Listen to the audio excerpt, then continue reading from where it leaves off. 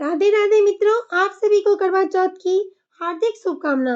मित्रों, आज की इस वीडियो में मैं बताने के लिए जा रही हूँ कि करवा चौथ का व्रत कब रखा जाएगा, सरल विधि क्या है जिनसे आप पूजा करें एवं पौराणिक कथा क्या है।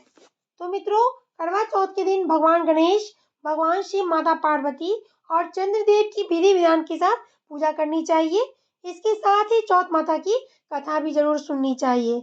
ऐसी मान्यता है मित्रों, जो सुहागन व्रत करती है उसके पति की उम्र जो है लंबी होती है। पति की लंबी उम्र की मंशा से किया जाने वाला करवा चौथ का व्रत जो है इस साल 2023 में 1 नवंबर को बुधवार के दिन रखा जाएगा। करवा चौथ का व्रत हिंदू धर्म में बहुत अधिक महत्वपूर्ण होता है। इस दिन विधि विधान से पूजा अर्चना करनी चाहिए और करवा चौथ की कथा जरूर सुननी चाहिए, क्योंकि इसके बिना व्रत का पूरा फल नहीं मिलता है। इस व्रत को कुंवारी कन्या भी रखती है। वह अच्छे वर की कामना के लिए चौथ का व्रत रखती है। तो मित्रों, करवा चौथ की खास पूजा शाम को चंद्रोदय होने के बाद की जाती है। पूजा और व्रत की विधि के अनुसार करवा चौथ के दिन सुबह उठ करके स्नान आदि स्वच्छ करके स्वच्छ वस्त्र धारण करें। लाल और पीले रंग के वस्त्र को पहनना ज्यादा शुभ होता है और ईश्वर के सामने हाथ जोड़ करके व्रत का संकल्प लें। फिर इस मंत्र का जाप करें। मम सुख सौभाग्य पुत्र पौत्र आदि सुस्थिर श्री प्राप्त कड़क चतुर्थी व्रत मम करिष्ये।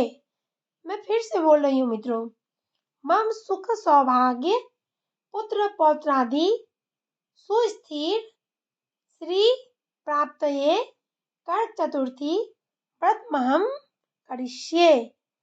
इसके बाद दोपहर में पूजा की तैयारी करें।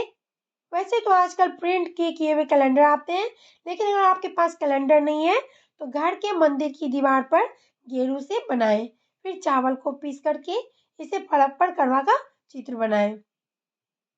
इस रीति से करवा धरना कहा जाता है। शाम को फलक वाले स्थान पर जमीन पर चौक लगाएं। माँ पार्वती और शिव की कोई एक ऐसी फोटो लकड़ी के आसन पर रखें जिसमें भगवान गणेश माँ पार्वती की गोद में बैठे हों। आप पूजा की थाली सजाएं और थाली में दीपक, सिंदूर, अक्षत, कुमकुम, रोली तथा चावल की बनी मिठाई, सफेद मिठाई रखें। इसके बाद कोरे करवा में जल भर करके पूजा में रखें और माता पार्वती को श्रृंगार की सामग्री चढ़ाएं। इसके बाद माँ पार्वती, भगवान गणेश, शिव के साथ चंद्रदेव की आराधना करें। फिर करवा चौथ व्रत कथा सुने। चंद्रमा के निकलने पर छलनी में से या जल में चंद्रमा को जरूर देखें। फिर चंद्रमा की पूजा करें, उनको अर्घ्य दें। इसके बाद अपने पति की लंबी आयु के लिए दिल से कामना करें। इसके बाद पति के हाथ से जल पी करके या निवाला खा करके आप अपने व्रत को संपन्न करें। फिर अपने बड़ों का पैर छू करके, अपने जीवन साथी का पैर छू करके उनसे आशीर्वाद जरूर लें। करवा चौथ की प्रचलित कथा वीरावती और उनके 7 भाइयों की है, जो इस प्रकार है मित्रों। प्राचीन काल में इंद्रप्रस्थ में वेद शर्मा नामक एक विद्वान ब्राह्मण रहता था। उसकी पत्नी जो थी लीलावती थी। उसके 7 पुत्र, वीरावती नाम की एक पुत्री थी। वीरावती के युवा होने पर उसका विवाह विधि विधान से कर दिया गया। जब कार्तिक कृष्ण चतुर्थी आई तो वीरावती ने अपने भाइयों के साथ बड़े प्रेम से करवा चौथ का व्रत का शुरू किया, लेकिन भूख प्यास से वह बेहोश हो गई। चंद्रोदय के पूर्व ही बहन को बेहोश देखकर सातों भाई व्याकुल हो गए और इसका उपाय खोजने लगे।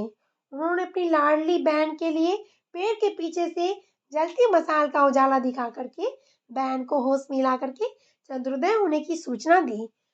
तो उसने विधि पूर्वक पूजन और अर्घ्य दे करके भोजन कर लिया।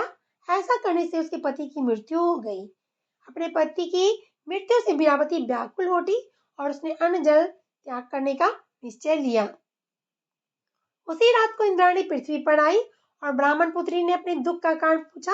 इस पर इंद्राणी ने बताया, तुमने करवा चौथ पर वास्तविक चंद्रोदय होने से पहले ही अर्घ्य देकर के भोजन कर लिया, इसलिए तुम्हारा पति मर गया।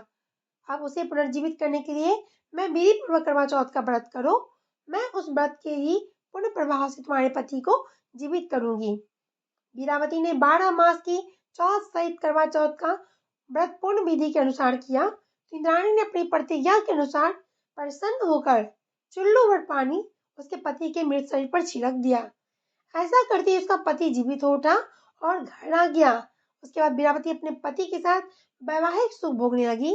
समय के साथ उसे पुत्र, धन धान्य और पति का दीर्घायु लाभ भी मिला। तो आई होप मित्रों आपको मेरे द्वारा बताई गई ये जानकारी, ये कथा अच्छी लगी होगी। तो प्लीज वीडियो को लाइक कीजिएगा, अपने फ्रेंड्स और फैमिली को शेयर कीजिएगा और चैनल को सब्सक्राइब करके बेल आइकन को प्रेस कर लीजिएगा, जिससे मेरे आने वाली वीडियो मिलेगी आपको सबसे पहले। तो मैं मिलती हूँ आपसे अगली नई वीडियो में। तब तक के लिए प्रेम से बोलिए राधे राधे, जय Shri Krishna. Thank you friends.